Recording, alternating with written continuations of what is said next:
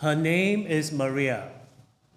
She was born many weeks premature in a small village in Eastern Europe. Among many medical problems due to a premature birth, Maria was blind in both eyes. She could not see. For the first 15 years of her life, she lived in complete darkness.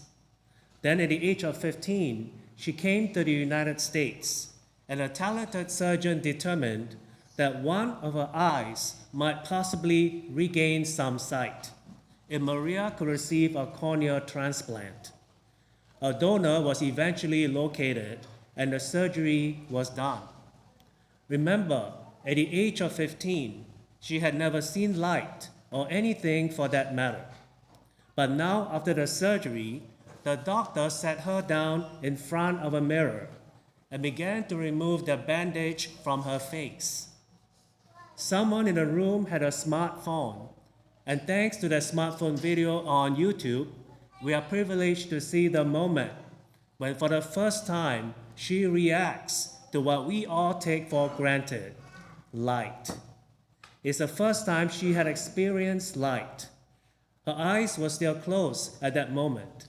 Then slowly, she opens the eye that had had the surgery. Her face began to be filled with astonishment because she has never seen anything, and now she can see. And what she's looking at is herself in the mirror, and she squeals with delight, and she says in her native tongue, "I am so pretty." Sadly, we can't see the miracle moment in today's gospel, but we can imagine it. The gospel tells us this morning about a man born blind. Like 15-year-old Maria, this man had never seen anything. He had lived in complete darkness, and he sat by the road and he begged for his daily bread. And when people saw this man who had been born blind, the people of Jesus' day asked questions that you and I often ask. Why do bad things happen to people? Why do people suffer or have physical ailments like this? And as they searched the Old Testament, they found at least one answer. And there are parts of the Old Testament that say that if someone is suffering physically, if they are sick in any way, it is a punishment from God due to sin. In other words, if they are sick, they deserve it because they are sinners. This man was blind from birth, and so people concluded that either he was a sinner or his parents were sinners. The whole family lived under the darkness of shame. But Jesus, as he is walking by, he notices the man suffering, and Jesus spits on the ground and he smears clay on the man's eyes, perhaps recalling how God created the first man and woman out of clay back in the book of Genesis. Because what Jesus is doing for this man, he is creating a new life for him. He's giving this man a new Genesis.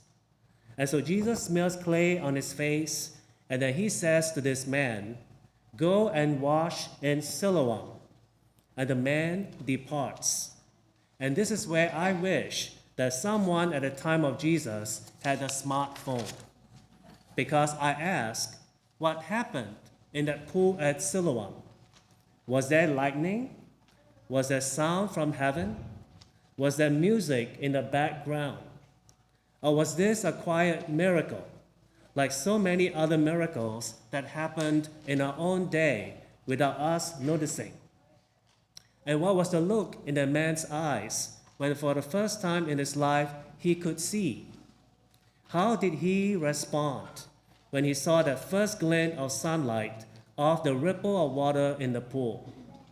How strange must the world have looked when he was seeing it for the first time? Imagine being 25 or 30 or 35, and you're seeing everything in the world for the first time. You know what it's called, but you don't know what it looks like. You know what it feels like, but you don't know what it looks like. Imagine how strange it must be to see a tree for the first time or a cloud for the first time, or to see the basket that we use for the second collection for the first time. Imagine what it's like to see your mother's face for the first time, because up to this point, you have only recognized her by the sound of her voice and the smell of her skin. Imagine walking back from the pool in Siloam, and for the first time, you'll see a horse, or a snake, or a flower. And remember this little detail. This man has been healed by Jesus, but up to this point, he has never seen Jesus.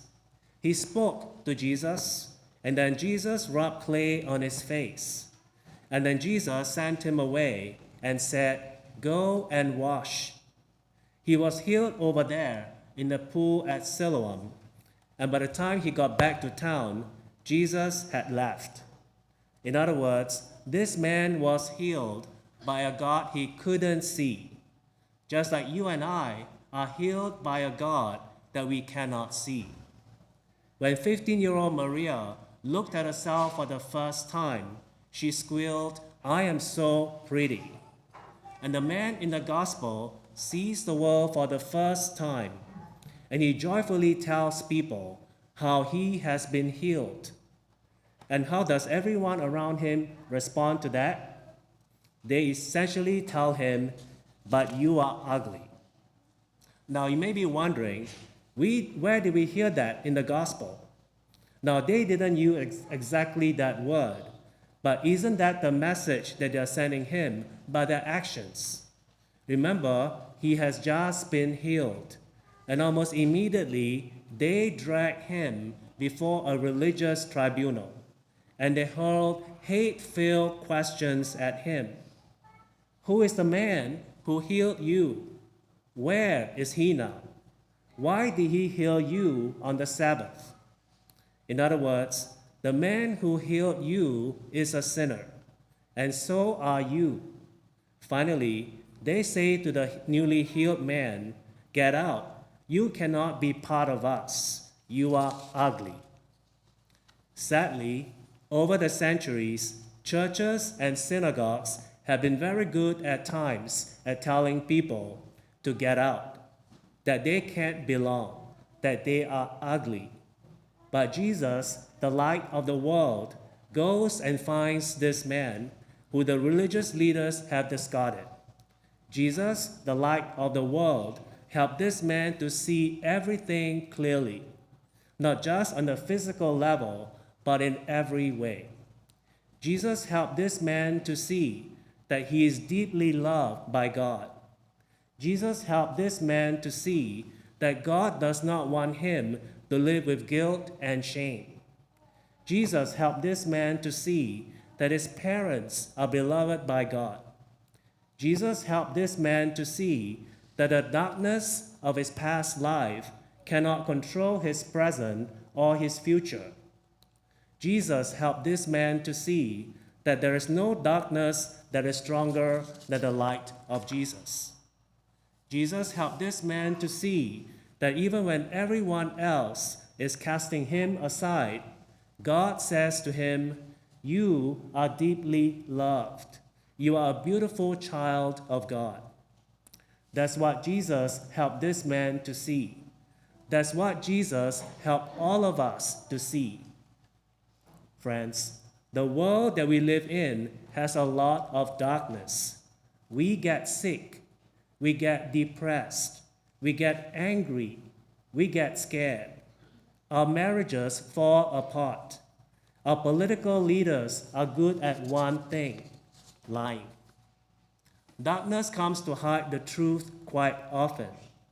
Racism is still real, and there are countries where Christians are killed simply for being Christians.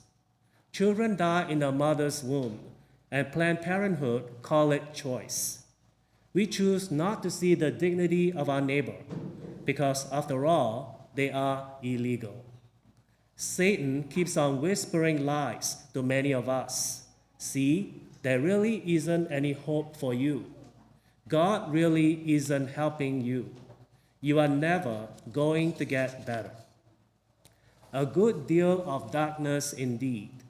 And then along comes Jesus, and he says to us, go and wash. Go and wash in the waters of baptism. Jump around in the pool of my love.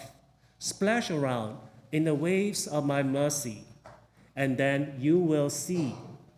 You will see yourself as God sees you. And then you will learn to see your neighbor as God sees them. You will see the world as God sees it. And then you will see your future that is so full of hope as God sees it. Friends, use your eyes this morning. Look at the bread and wine they will be blessing on the altar in just a few moments, and see that bread and wine as God sees it, not just food and drink, but the real presence of Almighty God, the Christ who washes away the darkness, the Christ who bathes us in his light.